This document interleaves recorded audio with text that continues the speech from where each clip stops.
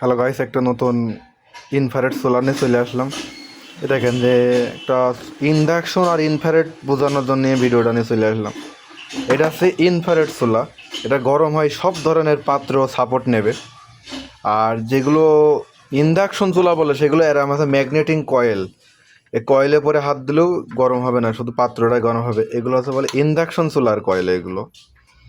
তা আপনারা বেশিরভাগ এই ইনফ্রারেড চুলাগুলো এগুলো বলে ইনফ্রারেড চুলা, এগুলো কারেন্ট বিল বেশি আসবে। আপনারা বাসায় ব্যবহার করার জন্য এই ইন্ডাকশন চুলা কিনবেন, যেগুলো সব পাত্র সাপোর্ট নেয় না, এর পাত্রগুলো আলাদা। আপনারা এই চুলাগুলো কিনবেন, ইন্ডাকশনের সার্কিট।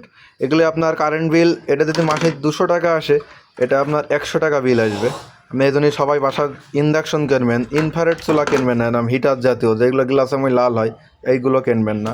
সবসময় যেন ইন্ডাকশন কিনবেন।